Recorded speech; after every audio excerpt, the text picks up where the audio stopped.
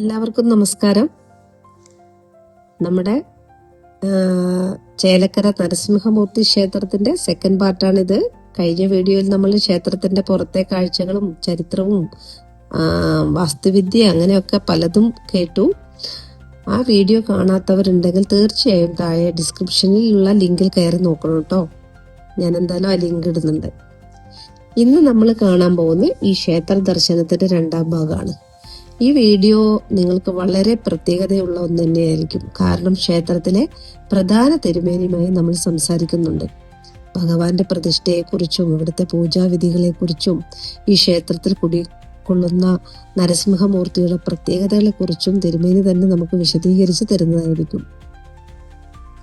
അതുപോലെ തന്നെ ഈ ക്ഷേത്രമുറ്റത്തെത്തിയപ്പോൾ വളരെ ഭക്തിസാന്ദ്രമായ ഒരു കാഴ്ച നാം കണ്ടിട്ടുണ്ട്. നാരായണീയവും ദേവി മഹാത്മ്യവും പാരായണം ചെയ്യാൻ വേണ്ടി ഇവിടെ ഒത്തുകൂടിയ കുറച്ചമ്മമാരും ചേച്ചിമാരും ഒക്കെ ഭഗവാന്റെ സന്നിധിയിൽ ഇരുന്ന് അവർ നാമജപത്തിൽ മുഴുകിയിരിക്കുന്ന ആ ഒരു അന്തരീക്ഷം ശരിക്കും പറഞ്ഞാൽ നമ്മുടെ മനസ്സിന്റെ ഭാരമെല്ലാം ഇല്ലാതാക്കുന്ന ഒന്നാണ് കേട്ടോ. അവരുമായി നമ്മൾ കുറച്ചു നേരം സംസാരിക്കുകയും അവരുടെ ഈ കൂട്ടായ്മയെക്കുറിച്ച് ഭക്തിയെക്കുറിച്ചൊക്കെ ചോദിച്ചറിയുകയൊക്കെ ചെയ്യുന്നുണ്ട്. ആ വിശേഷങ്ങളെല്ലാം നമുക്ക് ഈ വീഡിയോയിൽ കാണാം. അപ്പോൾ ഒട്ടും വൈകാതെ നമുക്ക് നേരെ വീഡിയോയിലേക്ക് പോകാം അല്ലേ. നടയുടെ ഉള്ളിലൊക്കെ ഇങ്ങനെ വീഡിയോ എടുക്കാൻ കഴിഞ്ഞതുകൊണ്ട് നിങ്ങൾക്ക് ഇതൊക്കെ കാണിച്ചു തരാൻ പറ്റി. കണ്ടോ, ഭഗവാന്റെ അടുത്താണ് നമ്മൾ വീഡിയോ ചെയ്തുകൊണ്ടിരിക്കുന്നത്. അപ്പം നിങ്ങൾക്കും കൂടെ കാണാൻ വേണ്ടിയിട്ടാണ് കേട്ടോ.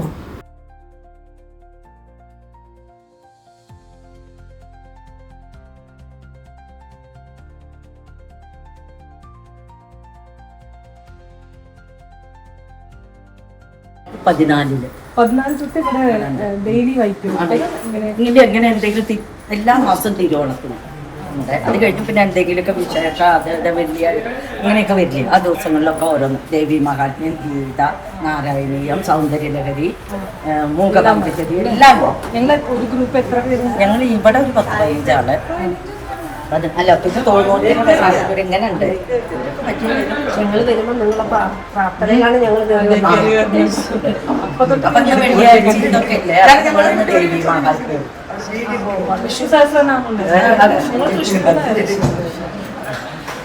എന്തായാലും ഞങ്ങൾക്ക് വളരെ സന്തോഷം. അമ്പലത്തിൽ വന്നിരുന്ന് വായിക്കാനൊക്കെ ഞങ്ങള് ഇനി വെങ്ങാനല്ലൂര്, തോമ്പടിക്കര, അന്തിമാളങ്കാട്, അങ്ങനെയൊക്കെ ഉണ്ട്. സ്വാമിയാണ് ഞങ്ങളുടെയൊക്കെ ഗുരു. അത് കാലങ്ങളായിട്ട് അപ്പൊ നിങ്ങൾ 2014 തൊട്ട് സ്ഥിരമായിട്ട് ഇവിടെ പഠിച്ച് ഞങ്ങള് എവിടെ പഠിച്ചാലും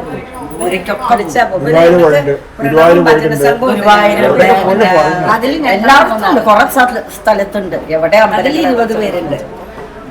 പ്രണവസംഘം ഭജനസംഘം വിളിച്ചാൽ ഞങ്ങൾ എവിടെയെങ്കിലും എത്തും.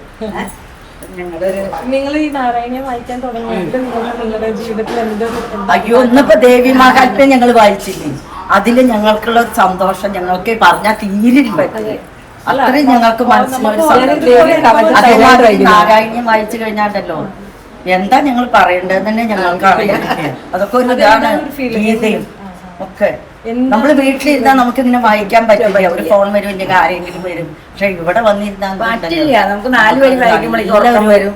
ഇതാകുമ്പോ അതൊന്നുമില്ല. നമുക്ക് പോസിറ്റീവ് എനർജിയോട് കൂടിയാണ് വീട്ടിൽ. തീർച്ചയായിട്ടും എന്തെങ്കിലും നമുക്ക് വീട്ടിൽ നിന്ന് ചിലപ്പോ വരാൻ ചെറിയൊരു ചാനൽ. പക്ഷെ ഞങ്ങൾ ഭയങ്കര ഹാപ്പിയാണ്. സ്വാമി ഞങ്ങൾക്ക് ഭയങ്കര പേടിയാണ്.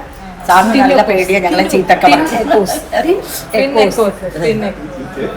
അത് ഞാൻ തിരുമേനിക്ക് അയച്ചു കൊടുക്കട്ടെ. ഞങ്ങൾ 2 പേര് ചെയ്യുന്നോണ്ടിരിക്കുന്നു. തിരുമേനിയായിട്ട് അമ്പലത്തിലേക്ക്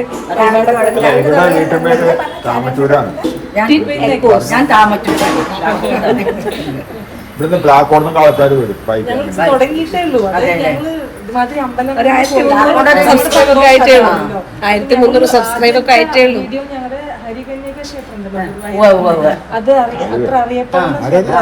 ഹരികന്യക ക്ഷേത്രമല്ലേ, മോഹിനി രൂപത്തിലിരിക്കുന്ന ഭഗവാൻ ഗുരുവായൂർ.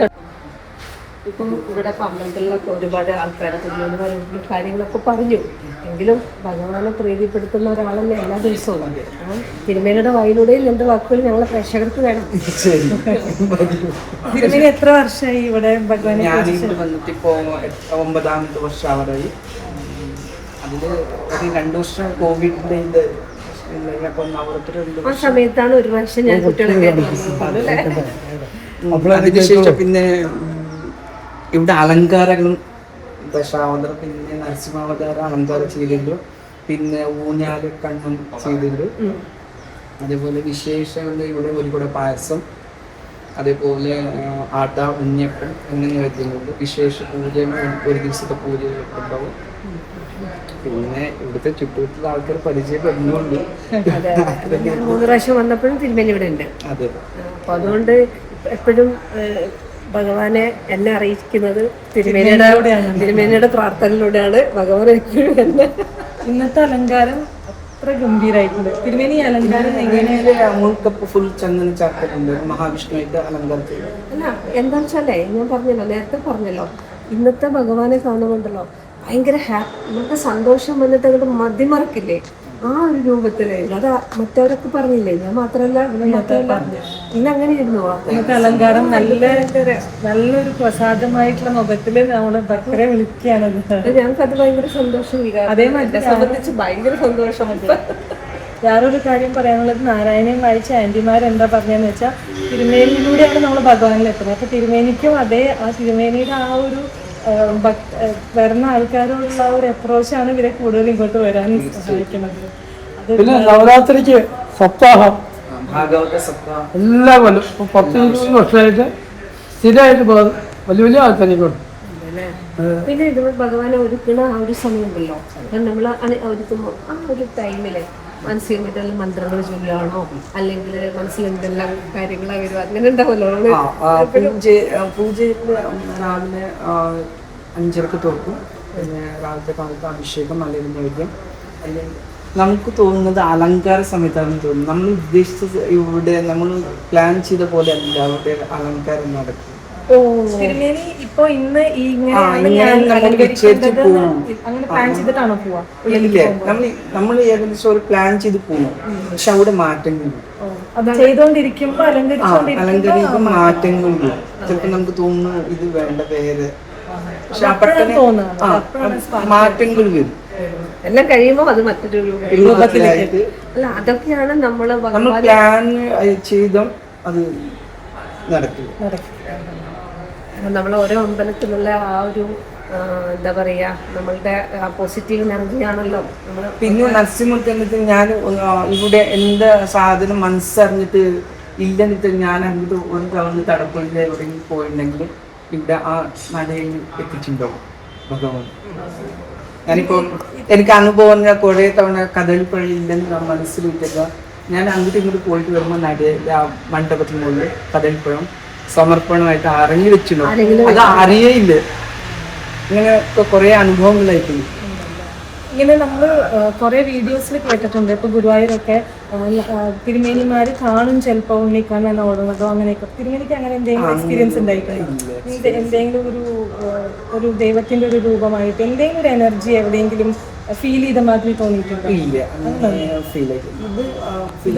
എക്സ്പീരിയൻസ് കാര്യങ്ങൾ അത് ഭഗവാൻ അവിടെ എത്തിച്ചു തരും. തന്നെയാണ് ഭഗവാൻ. നമുക്ക് ഫുള്ളായിട്ട് ഭഗവാൻ പ്രത്യക്ഷപ്പെടുന്നില്ലല്ലോ. എന്നുവെച്ചാൽ നമ്മൾ നെയ്യ് ഇല്ലെന്ന് വിചാരിച്ചാൽ ഭഗവാൻ ആ നെയ്യ് അവിടേക്ക് നമുക്കറിയാതെ അവിടെ നടയിൽ ഇറങ്ങി വെച്ചിട്ട് പോകും. ഒരു അനുഭവം. പിന്നെ സത്യം പറഞ്ഞാൽ ഭഗവാന്റെ അനുഭവത്തിൽ ഞാനും നന്നായി.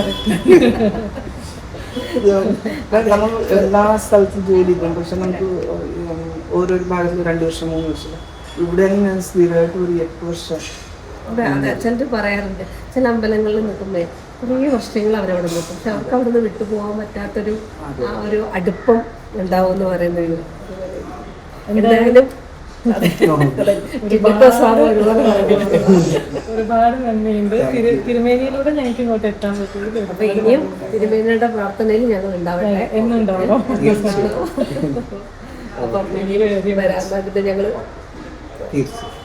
Thank you very much. അങ്ങനെ ചേലക്കര നരസിംഹമൂർത്തി ക്ഷേത്രത്തിലെ ദർശനവും വിശേഷങ്ങളും ഒക്കെ കഴിഞ്ഞ് നമ്മൾ മടങ്ങുകയാണ്.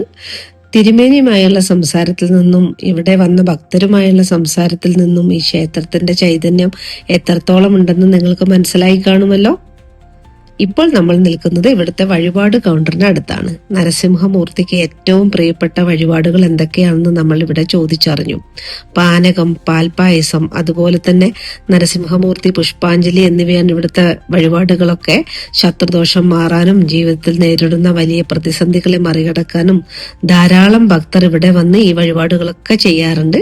വഴിപാടുകളെ കുറിച്ചുള്ള കൂടുതൽ വിവരങ്ങൾ കൗണ്ടറിൽ ചോദിച്ചാൽ അവർ വളരെ കൃത്യമായിട്ട് തന്നെ പറഞ്ഞു തരും. ഞാൻ ആ വഴിപാടിന്റെ വീഡിയോയും ഫോട്ടോയും എല്ലാം ഇതിലിടുന്നുണ്ട്, നിങ്ങൾക്ക് അത് ചെക്ക് ചെയ്യാവുന്നതാണ്. അപ്പോൾ ഇന്നത്തെ ഈ വീഡിയോ നിങ്ങൾക്ക് എല്ലാവർക്കും ഇഷ്ടമായി എന്ന് വിശ്വസിക്കുന്നു.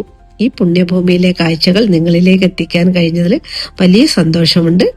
വീഡിയോ ഇഷ്ടമായാൽ തീർച്ചയായും ലൈക്ക് ചെയ്യുക, മറ്റുള്ളവരിലേക്ക് ഷെയർ ചെയ്യുക. നിങ്ങളുടെ വിലയേറിയ അഭിപ്രായങ്ങളും നിർദ്ദേശങ്ങളും താഴെ കമന്റ് ബോക്സിൽ രേഖപ്പെടുത്താൻ ഒട്ടും മറക്കരുത്. ഇതുവരെ ചാനൽ സബ്സ്ക്രൈബ് ചെയ്യാത്തവരുണ്ടെങ്കിൽ സബ്സ്ക്രൈബ് ചെയ്യുകയും മറ്റൊരു മനോഹരമായ വീഡിയോയുമായി വീണ്ടും കാണാം. നന്ദി, നമസ്കാരം.